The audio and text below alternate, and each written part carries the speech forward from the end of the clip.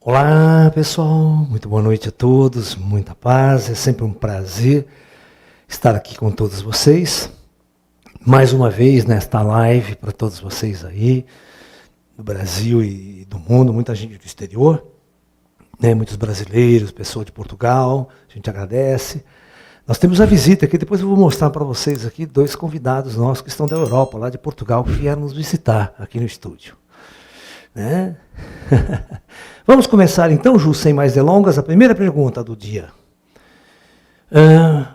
Por que o filme Capax, o ET, foi no manicômio? O que ele procurava lá? Bom, em primeiro lugar, né, quem assistiu o filme Capax? O filme Capax é um filme muito interessante de extraterrestre.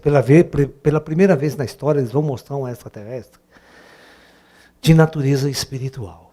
Então, todo o centro do filme Capax está na seguinte situação.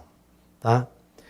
Existem 2 entidades ali. Existe o extraterrestre incorporado espiritualmente num ser humano terrestre, que é o Robert. Então nós temos o Proust, que é o espírito extraterrestre, e o Robert, que é uma entidade humana que sofreu um trauma muito violento com a morte e o assassinato de sua família.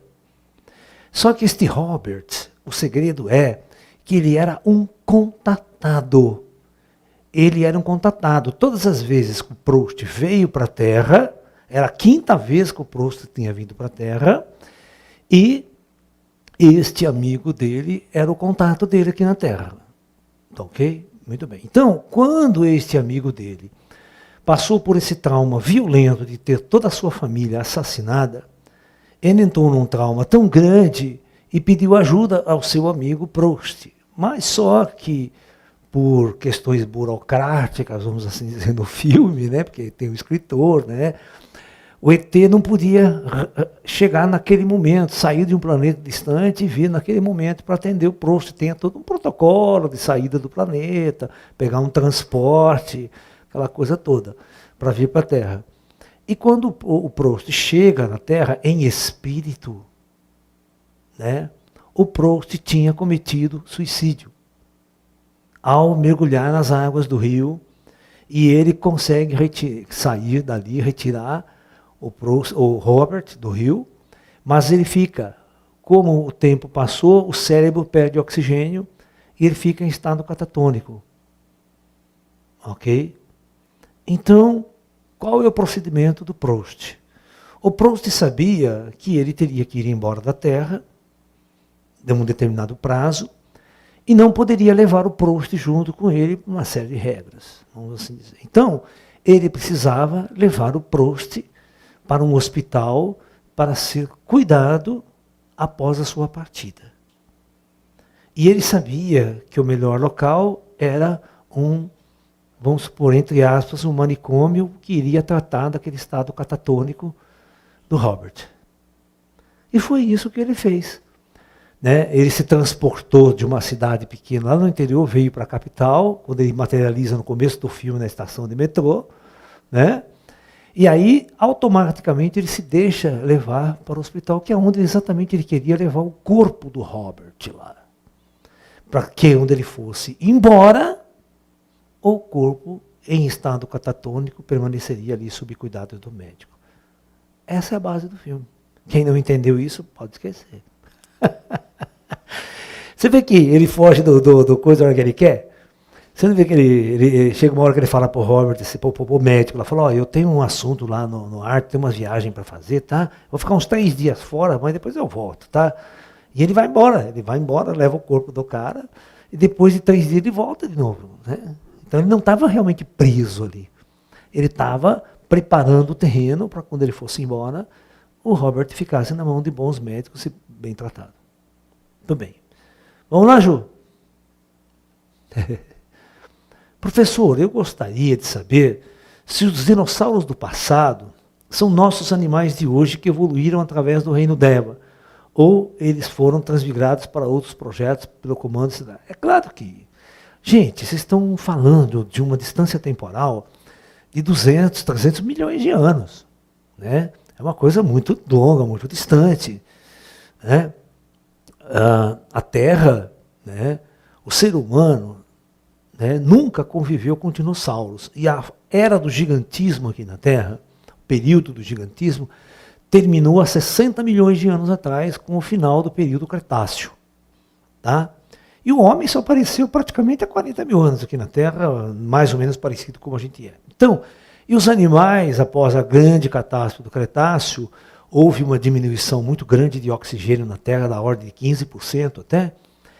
Por isso que o gigantismo era, vamos por assim, contido na Terra, ele existia na Terra, porque o planeta Terra tinha uma quantidade muito maior de oxigênio. Tá?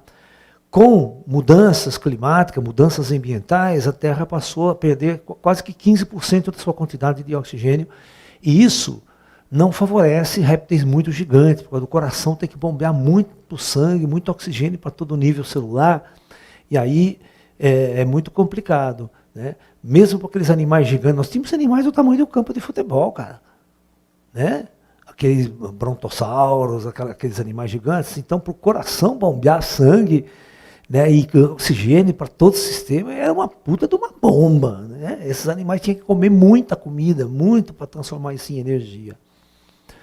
Então a era do gigantismo, segundo os estudos científicos, eles existiam muito por causa da quantidade de oxigênio na Terra. Quando o oxigênio foi diminuindo, houve uma catástrofe e os répteis gigantes passaram a não ser mais útil no projeto. Então foi um projeto modificado. Né? E as almas devas, o reino deva, é um projeto totalmente diferenciado do nosso. Nós somos um projeto diferente, a horda humana e a horda dévica é diferente. É claro que se você andar na Galáxia, você vai encontrar planetas que têm dinossauros, que têm répteis gigantes, ainda hoje. Tá?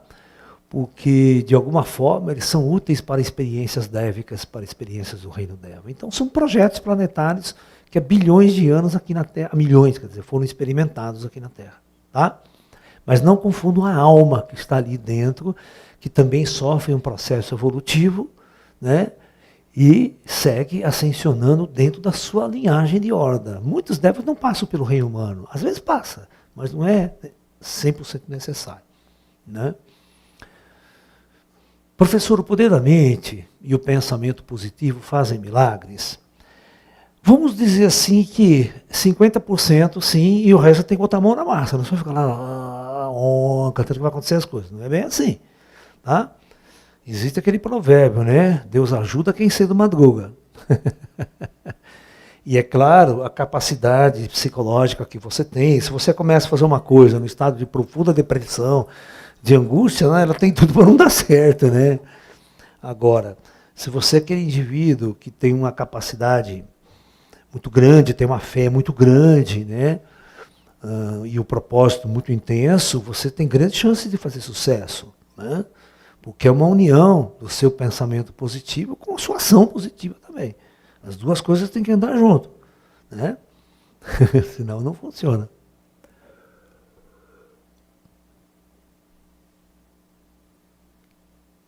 Professor, como o encosto de vidas passadas encontra a pessoa que reencarnou?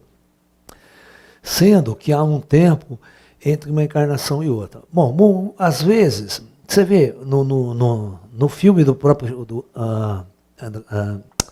Divaldo, né, que vocês devem ter assistido, o filme do Divaldo, a história do Divaldo, ele carrega lá um encosto de mais de 400 anos. Né? Olha só. Aí no filme, a gente descobre, né, na história do Divaldo, que esse encosto, ele culpa o Divaldo por ter se suicidado numa vida anterior. Lá. Então o cara se suicidou por causa do Divaldo. Provavelmente é passional. Não se explica direito no filme, né? Mas vai lá que o Divaldo pegou a mulher do cara, né? E o cara não aguentou, se suicidou. Aí quando o cara se suicida, a gente sabe que o indivíduo acredita que vai acabar seu sofrimento.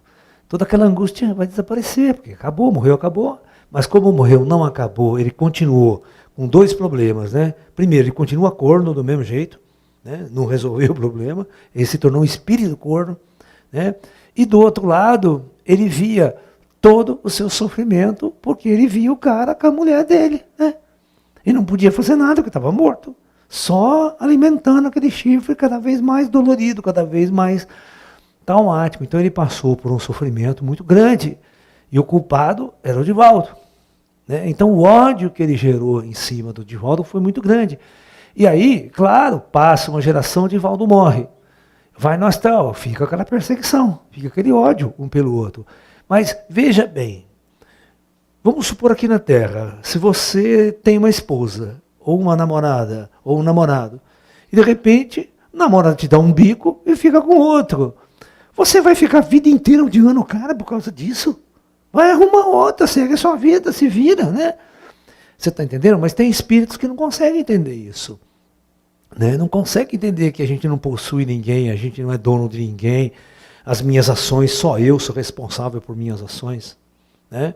Então, no caso, o Divaldo viu que o espírito até mais de 400 já deveria ter dado umas 3 encarnações, e mesmo assim, quando ele morria e recuperava a memória de vidas anteriores, ele lembrava do chifre que ele levou e do Divaldo que era o culpado. E ainda continua perseguindo ele, procurando onde ele estava. E nesta vida, ele estava no astral, né? E o Divaldo encarnado. E tem essa relação desse espírito perseguidor dele.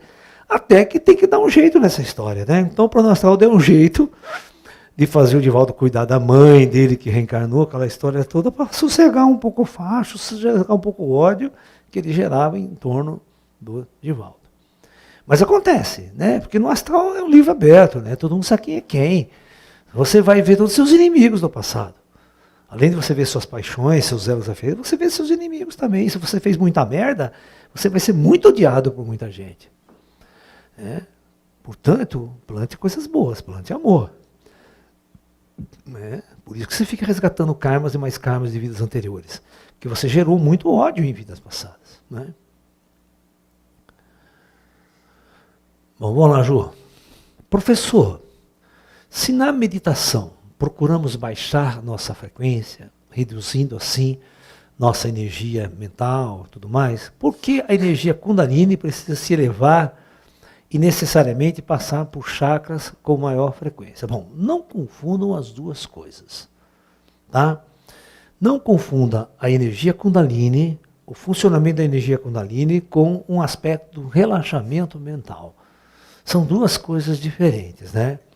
A Kundalini carrega uma chave de uma porta, certo? Chave de várias portas, que são chakras, centros de energia, tá? Então, os chakras superiores, que são responsáveis pela sua atividade psíquica, né? O chakra da terceira visão, que vai fazer você ver espíritos, conversar, ouvir espíritos, e por superior o chakra coronário, o chakra da consciência cósmica, que quando ativado, quando essa porta for aberta, né, ele vai lembrar de vidas passadas, quem você foi na vida anterior, e uma série de coisas. Né? Sua vida no mundo astral, no mundo espiritual. Então, esta energia Kundalini, ela abre as portas, mas não significa, não confunda com aquela energia que você precisa relaxar, suavizar, né? As suas tensões, para que você tenha acesso a percepções extrasensoriais. São duas coisas completamente diferentes. Tá? Professor, os extraterrestres conhecem Jesus? Como funciona? Bom, quando você contata um ser extraterrestre, você vai ter uma grande surpresa. Uma das maiores surpresas de sua vida. E qual é essa grande surpresa quando você conhece um extraterrestre? A surpresa é essa: eu não sei quem eu sou. Não sei nem o que eu estou fazendo aqui na Terra. Eu não sei nem de onde eu venho. Só que o extraterrestre, ele sabe tudo sobre você. Ele sabe de onde você veio, quem você é, por que você está neste corpo, certo? Quando que foi decidido a sua chegada na Terra? Ele sabe de tudo. Ele sabe até de que planeta que você estava antes de vir para a Terra na primeira encarnação aqui. Ele tem sua ficha completa. Essa é a vantagem dele. Quando ele está olhando para você, está olhando para nós aqui. São inteligências que estão no controle desse planeta Terra. Então é óbvio, é só pensar na época de Jesus. Quer dizer que na época de Jesus não tinha ET, né? Era tudo, ET estava tudo fugido. Não, todos os seres encarnados na Terra, o que vieram por qualquer projeto, está na ficha dos ETs lá. Você sabe quem é, sabe qual é a missão, o que veio fazer.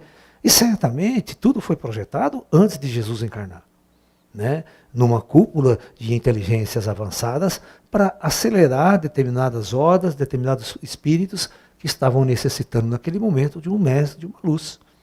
É óbvio que os extraterrestres conhecem Jesus. Muito mais do que você pensa, né? E naquela época, Jesus também conhecia os extraterrestres. Só que não falava abertamente, né? Se falava para os discípulos em off, né? E naquela época ninguém nem sabia escrever, pô. Não, desgraça, né? Ninguém ia entender. Jesus falava de outros mundos, né? A casa do meu pai tem muitas moradas, né? Não é só aqui. Né? Ele não falava do pai dele assim, simplesmente como um indivíduo que cuida da Terra. Né? Cuida da galáxia, cuida de um monte de coisa.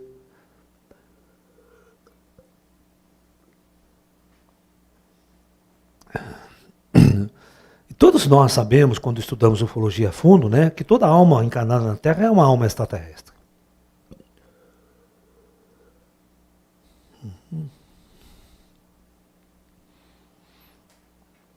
Professor, o que você acha da declaração de John Lear em 1900, dizendo que os Greys são Abes? Esse Abe aí é uma sigla inglesa, né? É uma sigla inglesa que significa extraterrestrial, né? É como se fosse, vamos dizer assim, clones, androides. Sabe? Só que isso não é verdade, né?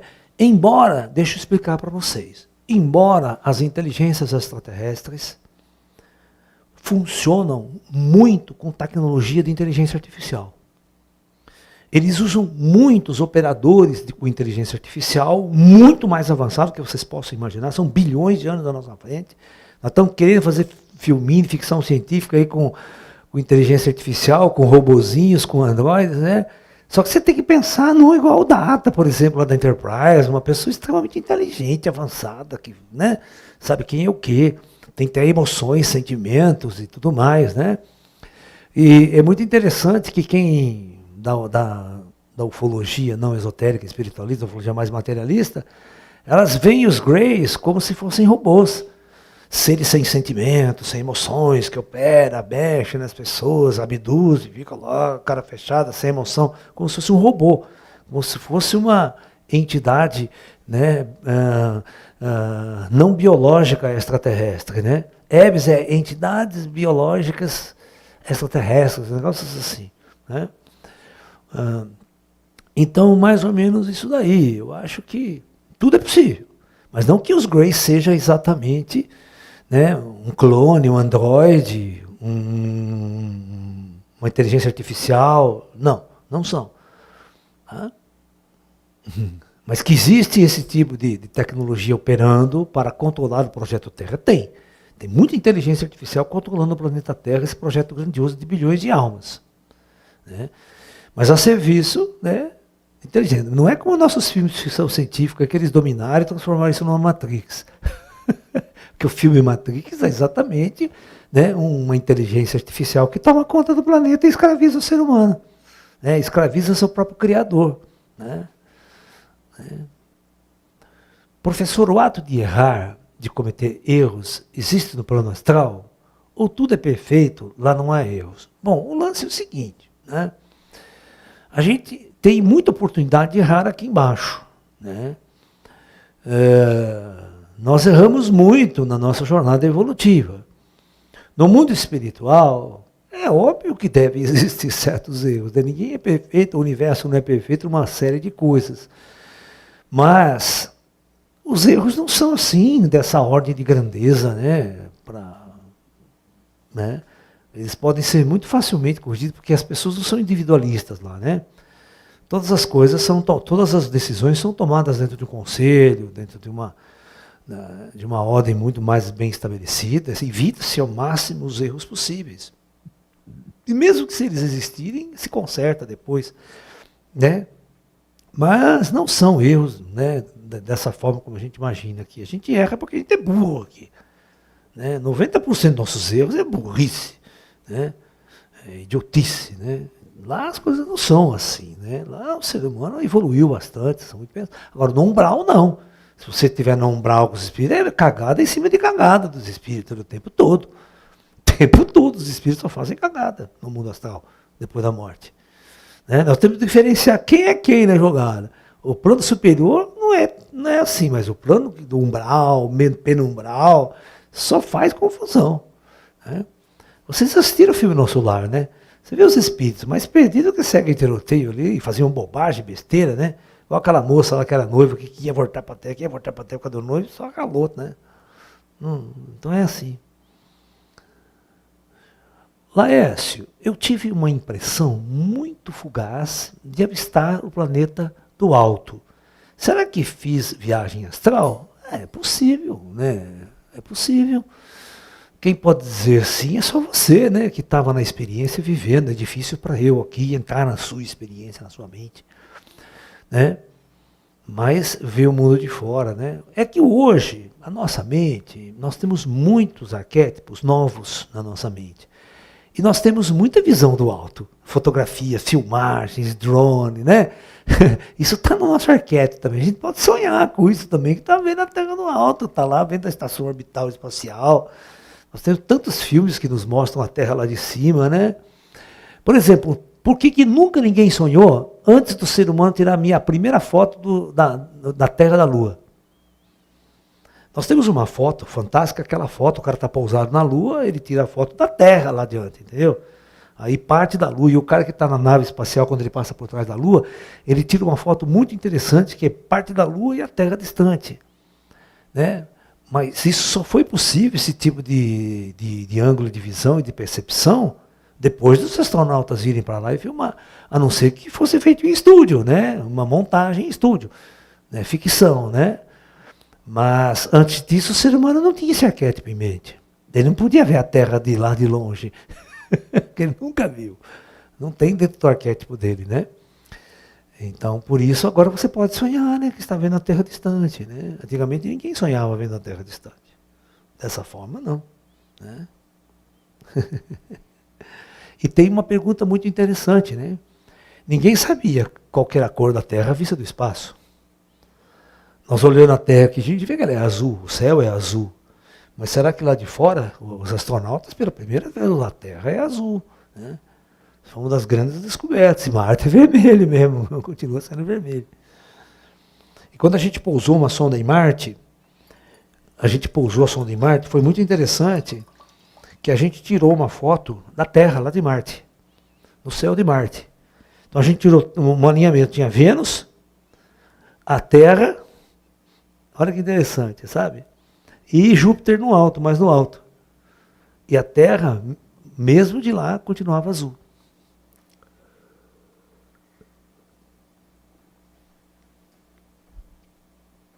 Muito interessante. Vamos lá, Juliana. Olha lá, já temos 1.020 e poucos espectadores. Que bom, a gente agradece, hein? A presença de todos vocês. Professor, como você tem certeza de tudo que os ETs trazem para você?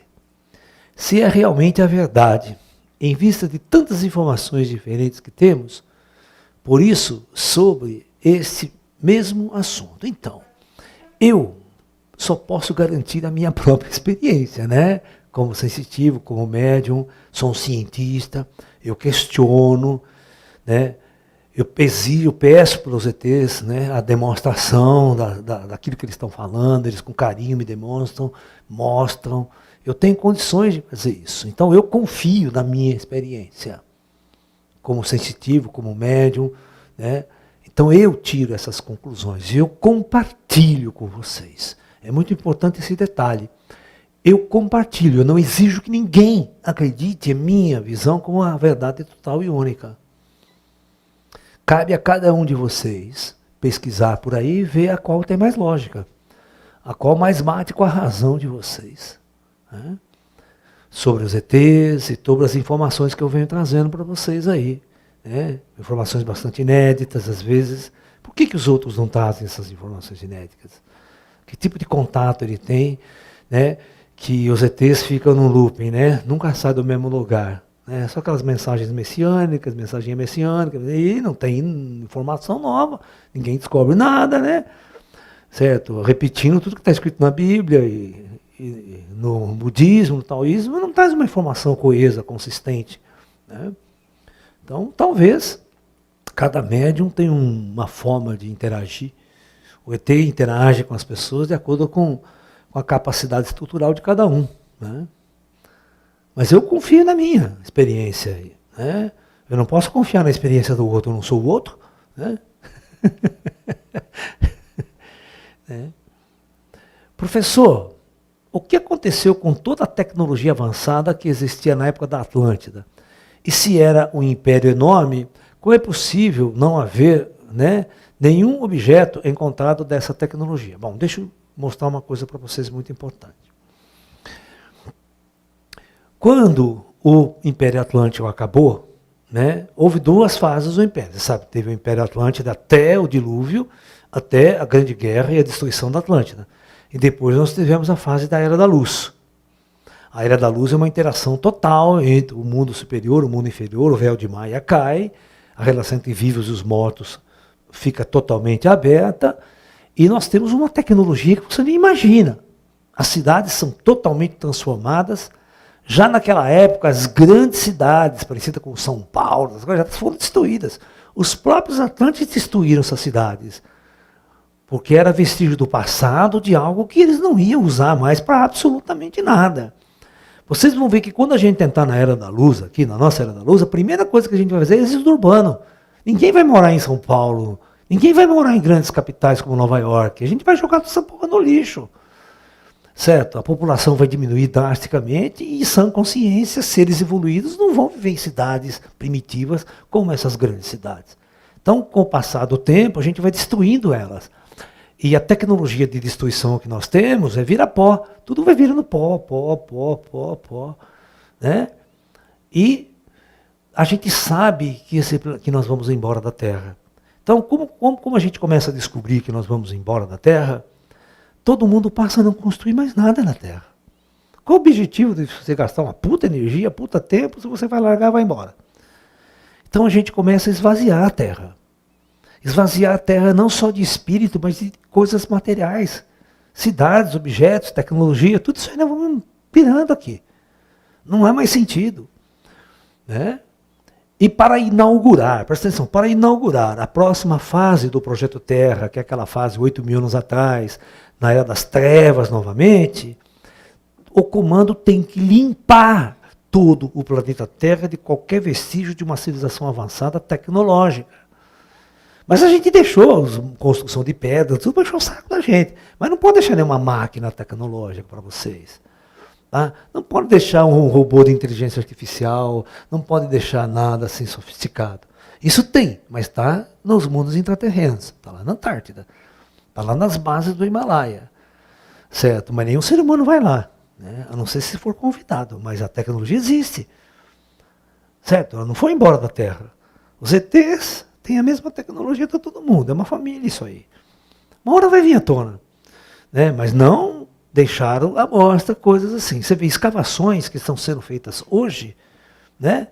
Estão revelando toda essa coisa que existia lá atrás. Está existindo toda essa tecnologia que existia lá atrás. Né? Eles descobriram até radiação em Marte, vestígio de detonação de arma nuclear em Marte. É. Porque quando você mede radiação, encontra material radioativo de alto pulso, que fica às vezes por milhões de anos, né? Esse tem uma assinatura, né? Ele não consegue vir de uma outra coisa a não ser de uma bomba atômica. São materiais pesados, são urânio 235, são plutônio e outros elementos aí de fissão, que só acontece em fissão nuclear. E a fissão nuclear não acontece na natureza sozinha.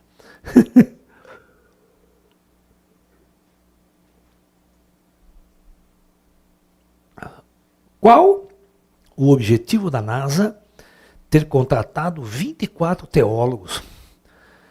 o bicho está prestes a pegar.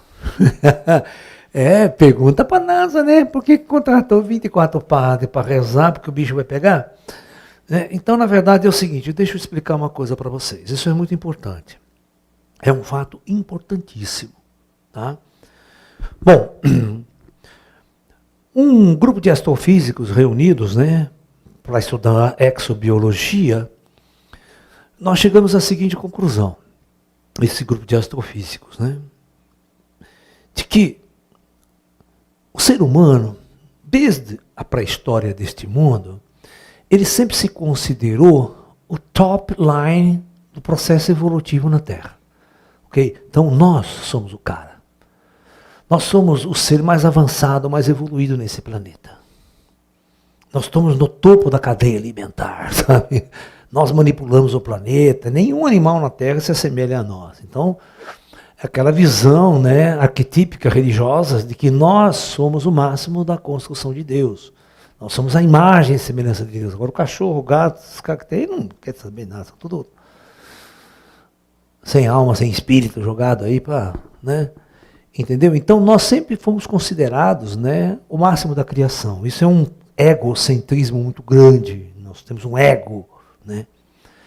Muito bem. Então, se a NASA for para Marte, ou chegar lá numas luas de Júpiter e disser, trazer a notícia que encontrou vida extraterrestre, mas bactéria, né, um sapinho, uma aranhazinha, cara, isso não vai mexer com ninguém em absolutamente nada. Você não precisa de padre, não precisa de ninguém para fazer nenhuma retratação dessa. Essa é uma discussão astrofísica, porque, mais uma vez, nós estamos no topo, certo? Ninguém tirou esse status nosso do máximo da criação divina. Mas a partir do momento que a NASA resolveu anunciar que tem uma puta de uma astronave inteligente, avançadíssima, que reporta milhões de anos em tecnologia na frente, tudo que a gente possa imaginar, uma civilização altamente inteligente, superior a nós, aí o bicho pega.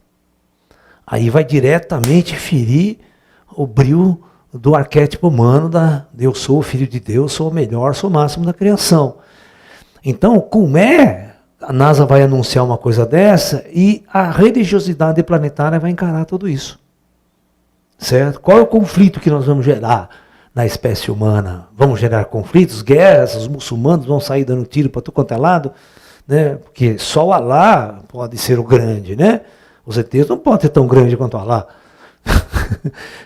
São arquétipos complicados, mas é inevitável, a Terra vai ter que passar por esse estágio. Né? Quer os religiosos gostem ou não, talvez eles só queiram estudar a maneira de como nós vamos tratar o assunto. Certo? Como os crentes vão reagir, como o Papa vai reagir, como os muçulmanos vão reagir, como os budistas, os hindus, né? Os ateus vão reagir. É tudo uma discussão, porque o homem nunca esteve diante de alguém superior a ele. Ele vai ter que se curvar agora pela primeira vez, e agora? Né? Que essa inteligência quer de nós? E a pergunta que você vai fazer para ele vai ser a clássica, né? E Deus para vocês? Quem é Deus? Vocês conhecem Jesus? Aquela que o cara fez, né? Você está entendendo? Você tacou? É uma quebra de paradigma violenta. Então, por isso, eles estão muito preocupados da reação, né, da população, de como isso vai ser encarado. E eles precisam ter uma psicologia e uma metodologia muito sofisticada para anunciar a forma como nós vamos trazer essa discussão à tona. Por isso os padres. São teólogos, padres, né? Não são simplesmente, são cientistas de universidades religiosas, tal. Não são necessariamente padres. Porque a Igreja Católica, por exemplo, ela já investiu há muito tempo atrás, temos até um prêmio Nobel que foi padre, em física, em cosmologia. Tá? Então, nós temos grandes observatórios astronômicos do Vaticano, onde tem padres cientistas, astrofísicos, astrônomos, cientistas, padres. Ou seja, a Igreja Católica é uma das mais preparadas para esse tipo de conexão. É a que menos vai sofrer em termos religiosos. Agora os crentes não, os crentes já vão jogar no poço, né? Já vão, é o Satanás chegando, né?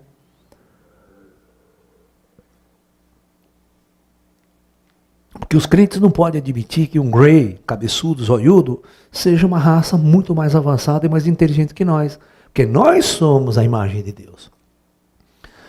Certo? Então nós somos o top. É muito engraçado isso, né? Os crentes têm um erro, vocês cometem esse erro, todas as religiões cometeram esse erro, dizendo que Deus, né, nos fez a sua própria imagem e semelhança. Essa é a maior mentira de todas. É os homens que criam seus deuses a sua própria imagem e semelhança. Esse é o grande erro. Tá?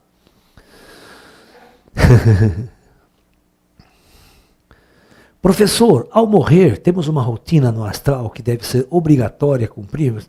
Não existe nada obrigatório. Nem aqui na Terra ninguém obriga você a fazer porra nenhuma, né? Você vai morar de rua lá, senta lá, vira na rua morando, coçando o saco, né? O ruim é que aqui você passa frio pra caralho, né? Tem que comer, e ainda tem um monte de gente que vai lá dar comidinha pra você, dar roupinha, né? Você fica lá, só coçando o saco, pedindo esmola. O astral também. Alguém vai obrigar você a fazer as coisas? Você faz se você quer. Tudo são escolhas da sua vida. Aqui na Terra você escolhe ser um vagabundo também. Ser um total vagabundo, não fazer porra nenhuma, só dar trabalho para os outros. Só encher a cara de droga, bebida, encher o saco da tua família, da tua mãe. Você pode fazer essas escolhas. Após a morte é a mesma coisa, né? É uma sociedade como qualquer outra após a morte. O que você vai fazer nessa sociedade? Você vai procurar ser útil? Você vai procurar aprender, você vai procurar evoluir, ou vai ficar coçando o saco, achando que vai ficar fumando maconha, ser maconheiro até depois da morte, né? Fazendo bosta nenhuma na vida. São suas escolhas. Ninguém obriga você a fazer nada, né? Professor, o senhor poderia explicar melhor, né, quem ou quais os nossos mentores é uma pessoa familiar de nossas vidas passadas, um amigo, ou é o conselho kármico, ou é a máquina. É um monte de coisa junto. Tá? Eu quero que vocês entendam uma coisa. Nunca confundam com o conselho kármico. O conselho kármico é alguém que não tem nem nada a ver com você. Porque não pode, tem que ser aquele STF não comprometido, sabe? Que não tem teias atáveis com você, para fazer justiça, certo? Senão o cara fica passando no seu ai, tadinha, meu filhinho, eu tenho a dó dele. Né? Não existe isso, não está. Então o conselho kármico pega teu karma, analisa e te enfia lá para cumprir o seu resgate. Doa quem doer. É óbvio que em cima disso você tem pessoas que te odeiam pra caralho, inimigos do passado, mas você pode ter pessoas que te amam, né? Familiares, teu pai, tua mãe, essas pessoas, elas vão te auxiliar, mas não vão alterar teu karma. Elas podem te ajudar em qualquer momento da sua vida, pelo amor que elas têm por você, e uma série de coisas. Isso acontece sempre. Sabe? Isso são os laços atáveis de amor, de carinho. E tem aqueles laços de ódio também, que não podem ver você na frente, né? Se puder passar rastreiros, ele passa. Né? Então são os encostos que a gente atrai de vidas passadas até, né? E o plano astral pede justiça, né? Por exemplo, o que é o encosto? O encosto é alguém que te persegue porque você fez algo muito ruim para ele. Tá? Mas isso já foi no seu karma, já está no seu karma. Esse cara, você assassinou um cara, certo? O cara morre, tá todo mundo sabendo lá. Não precisa saber. Você vai lá pedir justiça até. Tá vendo? Filha da puta me matou pra ficar com a minha esposa, ficar com o meu dinheiro. Tem isso, o nego mata pra ficar com o dinheiro da outra, cara. É? Aí mas tá todo mundo sabendo que já tá na ficha do cara, né? Você não precisa ficar perseguindo o cara que não, mas você gerou um ódio, o cara fica ali te infernalizando a sua vida. Né? Aí você morre e o cara tá vendo, falei, é ele, foi ele que me matou. Tá? Aí os caras, né?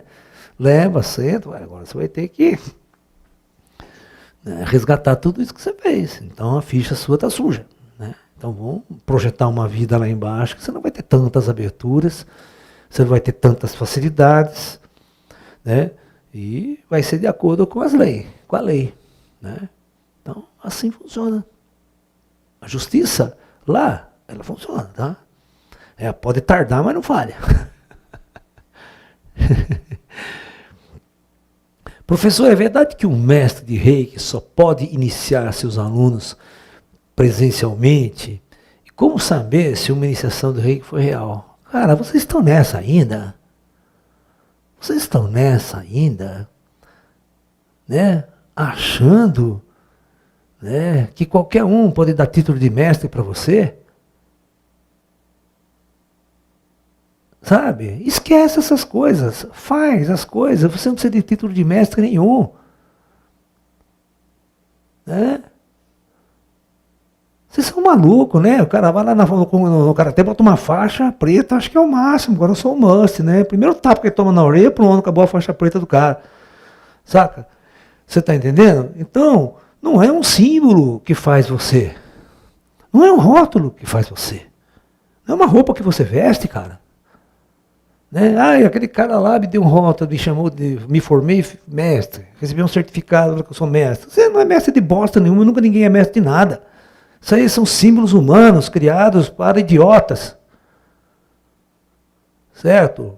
Não liguem para essas coisas. O seu caráter aqui dentro, aquilo que você sabe, que você estudou, que você trabalhou profundamente, essa é a verdade. O quanto de coração você se doa, o quanto de amor você se doa para as pessoas. É isso que o astral está te vendo. Os espíritos não vai ler um papel, cara, que o cara deu para você, chamando você de mestre. Uma merda. Sabe? Nem diploma de universidade os ETs reconhecem. Manda tudo você a merda. O conhecimento seu não é uma bosta. Sabe? Então, as pessoas gostam de rótulos, né? Porque eles acreditam que sabem, né? Depois que receberam o grito de... Eu vou dar um desafio para vocês, eu provo para vocês que vocês não sabem bosta nenhuma de matemática. Tá? Embora sejam engenheiros, pessoas, tal, eu vou fazer a seguinte pergunta. Quantas operações matemáticas existem na matemática? E eu provo para você que só existe uma operação matemática. O cara, existe 4, é soma, depois, tem potencialização, tem radiciação, tem isso, não tem, só tem uma. Tá? Então vai atrás dessa daí para ver se você aprende. Por isso que os computadores funcionam. Os computadores só funcionam porque tem uma operação. Se tivesse 3 operações, eu já melava a memória do computador. Né? Só existe uma operação na matemática, se chama soma. A gente só pode somar números, mais nada. Certo?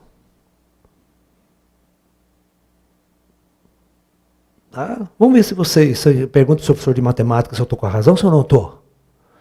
Todas as operações são exatamente soma. Não existe multiplicação. Não existe divisão. Tudo são somas.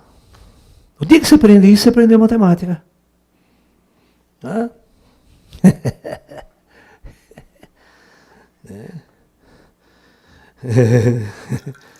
Como é que chama aquele professor de matemática, de cursinho, que ele dá aula na internet? Ele é genial, ele é bom pra caramba, aquele rapaz, eu gosto dele. Eu esqueço o nome dele. Ele fala, percebam, né? Ele vai explicar para vocês o que eu estou falando, que só existe soma. Hã? Puta que pariu, não, eu vou fazer só 4 coisas para vocês aprenderem uma vez na vida e na morte. Ó, 2 mais 2. 4. Certo? 2 vezes 2. Isso aqui não existe. Isso aqui é exatamente o quê? Você somar 2 vezes. Se eu fizesse 2 vezes 3, né? Ou você pode dizer que isso aqui não passa, tanto vai a operação inversa, pode falar, isso é 2 mais 2 mais 2. Isso aqui é só um jeito diferente de escrever uma soma. Ai, professor, subtração. 2 mais... Você está somando com o número oposto, mas é uma soma. É somando com o número negativo. Aí dá 1. Tá bom. Ai, professor, e a divisão, professor? Cacete, né? 4 dividido por 2 igual a 2. Vou provar que isso aqui é uma soma para vocês. 4 sobre 2. Não é? Ok? Prestem atenção. Isso aqui continua sendo igual a 2. Vocês já aprenderam. Agora eu vou escrever diferente. Ó, vou escrever 4 sobre 1 vezes 1/2. Não é a mesma coisa? Hã? O que eu acabei de provar para vocês que a multiplicação é o quê? Uma soma. Ó, isso aqui, gente, é a mesma coisa que meio, mais meio, mais meio, mais meio. Tá? Reduzindo uma soma. São formas diferentes de você escrever uma coisa chamada soma. Tá? A divisão é uma multiplicação por um número menor que 1. E a multiplicação sempre é uma forma mais simplificada de você escrever a soma. Senão você tem que escrever 300 números, né, para somar ele, né? Se fosse 1000 aqui vezes 2, pô, tem que escrever 1000 somar, né? Então, é uma facilitação operacional da série, é uma técnica de fórmula para somar séries, né? Entendeu? É isso. Simples. E a potenciação? Porque é 2 ao quadrado, pô. É tudo a mesma coisa. Né? Continuando aí, gente, o que o senhor acha do livro de Urântia? É possível futuramente o senhor fazer uma aula sobre este livro? Olha, é o seguinte, tá? É muita confusão. Tem livros que é como você pegar os Vedas e querer entender os Vedas, cara. Você pegar a Bíblia, querer entender a Bíblia, um livro escrito arquetipicamente há 3.000 anos atrás, você tentar trazer para o compêndio atual. Esse livro de Urântia, eles são canalizações de vários sensitivos e vários médiuns. É complicado você avaliar composição de outros médiuns. E principalmente composição, não é um médium só. São vários, grupos, tal. Será que eles estão com a razão? Será que eles têm certeza? Estão viajando? Então é complicado a gente fazer certas avaliações. E eu não gosto muito de fazer esse tipo de avaliação do trabalho de outras pessoas. Vocês fazem isso. Eu tenho muito pouco tempo, eu preciso fazer o meu trabalho. O meu trabalho já é muito grande, o contato que eu tenho com vocês, eu tenho que filtrar, tenho que analisar tudo isso para trazer essas respostas para vocês. Né? Eu não tenho tempo para isso. Professor, estamos à beira de uma possível guerra mundial entre Rússia e Ucrânia, e China e Taiwan. E se estiver próximo de uma guerra, haverá uma intervenção? Então, cara, nosso mundo, aquilo que eu sempre falei para vocês, os ETs deram ultimato. Mas ainda nós estamos no livre-arbítrio, né? Não significa que a bomba está na mão dos caras, né? Algum maluco pode jogar. Certo? Mas o que a gente fala assim, o risco é muito maior do que o lucro. Você vê, Ucrânia. Ucrânia era uma possessão da União das Repúblicas Socialistas Soviéticas, né? Tinha bases de mísseis nucleares na Ucrânia. Inclusive, o grande reator de Chernobyl está na Ucrânia, explodiu, deu aquele desastre todo. Né? E quando cai a União Soviética, as repúblicas socialistas desaparecem, a Ucrânia se torna um país independente também. E o que aconteceu com o passar do tempo, que a Ucrânia se tornou um país pró-Ocidente. Você está entendendo? Né? Um país pró-Ocidente. Né? E isso começou, enquanto a União Soviética perdeu seu poderio político, seu poderio financeiro, né? Todo o material nuclear a Rússia levou para o continente russo, certo? Tirou da Ucrânia e tal. E aí, mudanças de governos e tudo mais. Na Ucrânia, você tem uma aproximação, né, do capitalismo europeu. Você está entendendo? Na Ucrânia. E, recentemente, a crise que está dando lá é que a OTAN convidou a Ucrânia para fazer parte da OTAN. A OTAN significa o tratado militar do oeste europeu, né? Do lado capitalista europeu, porque ela fazia parte, quando existia a Rússia, a União das Repúblicas Socialistas Soviéticas, existia o Pacto de Varsóvia, que era um bloco militar. Os países se associaram à Rússia para fazer um bloco frente ao bloco capitalista militar, o bloco militar que era a OTAN. Só que quando a União Soviética caiu, o Pacto de Varsóvia também caiu. Só que a OTAN nunca deixou de existir. A OTAN sempre se unindo na Europa ali, Estados Unidos, Inglaterra, França, A Alemanha e os países todos que fazem parte militarmente da OTAN, certo?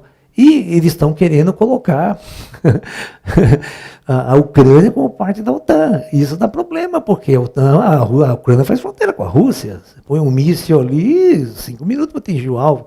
Isso a Rússia não quer, essa é a pressão. Esse é o problema que está tendo na Ucrânia ali. E a Rússia está ameaçando invadir a Ucrânia, né? Botou frota lá, mas aí sabe aquela história? É jogo para inglês ver, é o jogo de poder do Putin, não deixar que tenha um expansionismo capitalista nas bordas dela ali, sabe? E a China é a mesma coisa, a China tem a Taiwan como uma república, vamos assim dizer, desde que o Chiang Kai-shek, em 49 lá, perdeu a revolução para o Mao Tse-tung, ele se refugiou na ilha de Taiwan.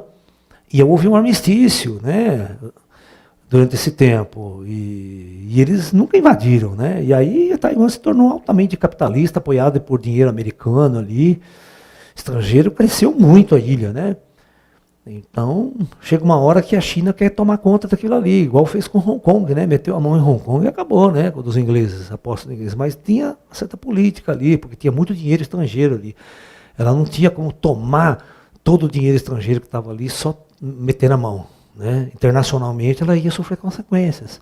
Taiwan é a mesma coisa, então é um jogo de política ainda ali, sabe? Ninguém vai jogar bomba atômica no mundo por causa de Taiwan, cara. Ninguém vai jogar bomba atômica por causa da Ucrânia, pode esquecer, tá? Isso aí não vai acontecer. É muito pouco estrago para muito pouco lucro. É tudo retórica isso. Existe uma discussão na frente das câmeras, cara, mas por lado do pano todo mundo tá tomando cervejinha junto, fala, deixa disso, tá? Não tem isso aí não. Professor, qual o aconselhamento que você daria a quem quer se suicidar? Porra, cara. Né? Você quer se suicidar para quê? Você está fugindo de quê? Você tomou um chifre do cacete e não gosta mais dessa vida, acha que suicidou, o chifre vai deixar de existir, né? Você vai continuar um espírito corno, do mesmo jeito. Agora, o motivo pelo qual você vai se suicidar, que você quer se suicidar, né? Você acha que vai acabar, né? Ele vai continuar do outro lado. Do mesmo jeito que está aqui. Ou você resolve o seu problema aqui. Você está aqui para resolver os problemas. Você não está aqui para fugir deles. A morte nunca é fuga de nada. Tá? A morte é você abre a sua cabeça e vê quanta merda você fez aqui. E o suicídio seria a pior merda que você está fazendo aqui. O seu suicídio não vai resolver o seu problema, não vai resolver sua frustração. Ah, esse mundo não tem mais nada para mim. Ah, esse mundo é uma bosta. Mas por quê?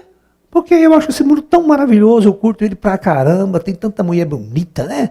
Tanta gente bonita, música, rock and roll, pá, tanta descoberta. Assim, vai estudar, vai fazer algo útil, vai fazer entregar sopa na rua, vai se suicidar pra quê?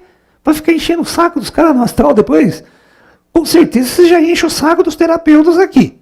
Dá um trabalho desgraçado pra sua família, pra querer se suicidar. Aí você vai dar trabalho para o outro lado lá, os terapeutas de lá, a gente de lá, porque você vai continuar doente, frustrado, chorando as mágoas, para os espíritos lá no astral. Não vai resolver nada se suicidar. Seja homem, cara, se você for mulher, né? Seja mulher, né? Não sei se você é homem ou mulher. E enfrenta essa vida, enfrenta as dificuldades, enfrenta os problemas, sai desse planeta vencedor, cara. Não sai de cabeça baixada dando tiro na cabeça. Isso é burrice. Suicida só sofre do outro lado, só piora a situação. Eu nunca vi o suicida feliz do outro lado. E por mais tempo que passa, o sentimento de culpa por se suicidar é muito grande. Né?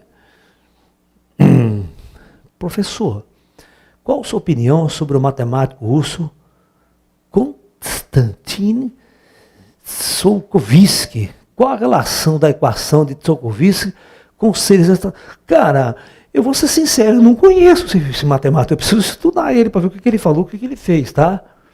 Eu, agora sim, de antemão, você está falando, eu não estou lembrando da equação matemática dele, tá? Mas parece que eu vi alguma coisa no History, alienígenas do passado, tal, eu preciso voltar para ver, mais ou menos, tá? Você está entendendo? É algo, se eu não me engano, é algo com a ver com inteligência artificial também, tá? É mais ou menos isso, eu não estou lembrando se é certo, isso. Mas eu não posso te responder direito porque eu estou sem certeza. Então eu não gosto de fazer uma coisa sem certeza.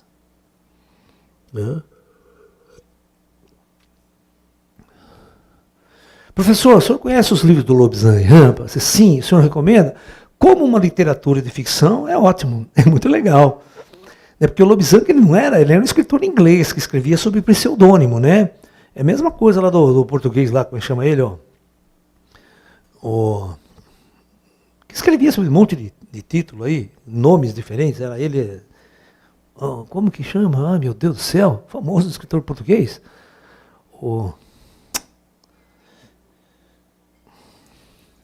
já vou lembrar já o nome dele. Fernando Pessoa, isso. Fernando Pessoa é um escritor que queria escrever um livro, né? Inventava outro nome dele, ele escrevia, né? Sob pseudônimo, que ele podia falar outras coisas que normalmente com aquele rótulo ele não podia estar falando, entendeu? Né? Então, o Lobzang Rampa é muito legal. Tem muita coisa legal no Lobzang Rampa. Eu já li todos os livros do Lobzang também, todos. É bem legal, uma literatura gostosa de você ler. Mas não taxa aquilo como 100% de verdade, tá? Principalmente a tecnologia da abertura da terceira visão, do primeiro livro dele, que é muito louco, não tem nada a ver. O primeiro livro que o Lobzang escreveu chama-se Terceira Visão. Né? E ele se coloca como um monge tibetano, né? Contando a história da vida desde a infância. Quando ele vai abrir a terceira visão, os monges abrem uma cirurgia lá, metendo um buraco na testa. Não tem nada a ver. Lá, se hoje temos tantos contatos com extraterrestres, e mesmo com a alta tecnologia que todos têm acesso, por que não temos muitos vídeos e fotos verdadeiros? Né? É lógico a respeito disso hoje? A lógica é, né? Hoje todo mundo tem um celular na mão, qualquer objeto que aparece, qualquer coisa que filma-se e tal, né? Mas aquela velha história, mesmo o celular, né, com a tecnologia moderna que tem, quando o UFO está longe, está lá no céu, ninguém, é uma luzinha andando lá, ninguém. Né? Legal ele pousar 10 metros, você mete no celular seu, 4K, olhando aí, é outra história, né, cara? Mas eles até agora não deram essa colher de chá para nós, né? Só fica dando um rolezinho por perto, piscando luzinha de noite, de dia nem aparece, né? Que é para não pegar muito, né? Pegar um selfie de dia. Não está na hora ainda, a humanidade não chegou aquele momento de eles estancar suas naves para todos nós aí, né? Por enquanto estamos aí, né? Ralando um pouco aí. Ju, vou para as últimas perguntas, 2 últimas perguntas, tá? Professor, eu gostaria de saber como é feito o cálculo da população inicial do planeta Terra. Como temos dados e informações, mas no início não tinha nada. Bom, os antropólogos, os arqueólogos, eles fazem estudos estatísticos, tá? Na época de Jesus, eles vão pegar os continentes de acordo com escavações, de construções, quantas pessoas poderiam morar naquela região. Você está entendendo? Porque dá para fazer isso. Se tem tantas casas, tanto de comida, quanto que poderia ter aquela população naquele momento? Então eles vão fazendo conta. Sabe? Que vão avaliando, mas não é 100% exato. Tem uma margem de erro aí de uns 20%, que também não é muito, né? O que é você chegar lá na região e falar que tinha 170 milhões ou 180? 10 milhões a mais, 10 milhões a menos, né? Não vai mudar muito em termos planetários, né? Então, por isso, tem uma certa lógica aí, mas tudo tem muitas análises para se chegar a esses números, tá? Não é uma coisa chutada assim também. Professor, os ETs têm o poder de ler nossas mentes e interferir em nossas atitudes? Bom, ler a mente, sim. Interferir nas atitudes é diferente. Aí você já não tem livre-arbítrio. Tá? O ET não está aqui para isso. Né? Ele está para...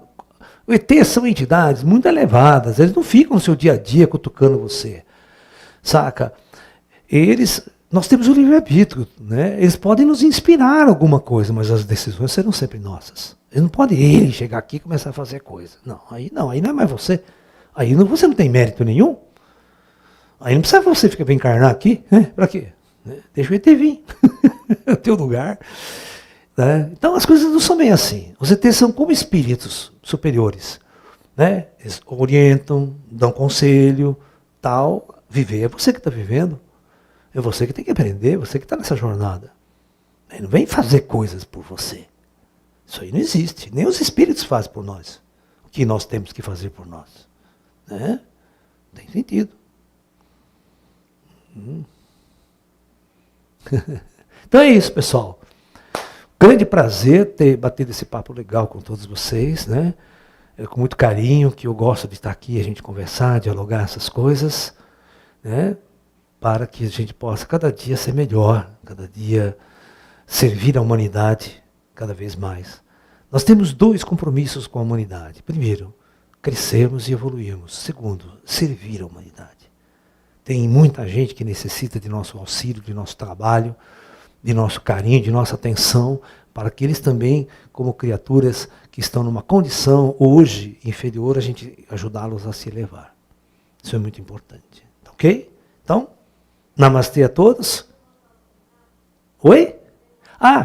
Vem aqui, faz favor, vem à frente das câmeras aqui. Quero mostrar os 2 convidados nossos lá de Portugal, que está aqui, né? Aqui está a Aninha, né? Prazer estar aqui com todos vocês, né?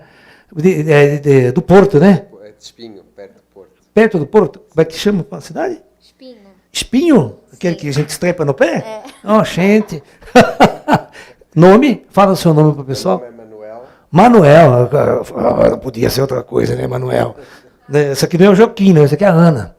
Não é a Maria. Maria e Manuel. A Ana. Prazer, queridos. Sejam bem-vindos. Prazer. Prazer, pessoal. Namastê. Namastê.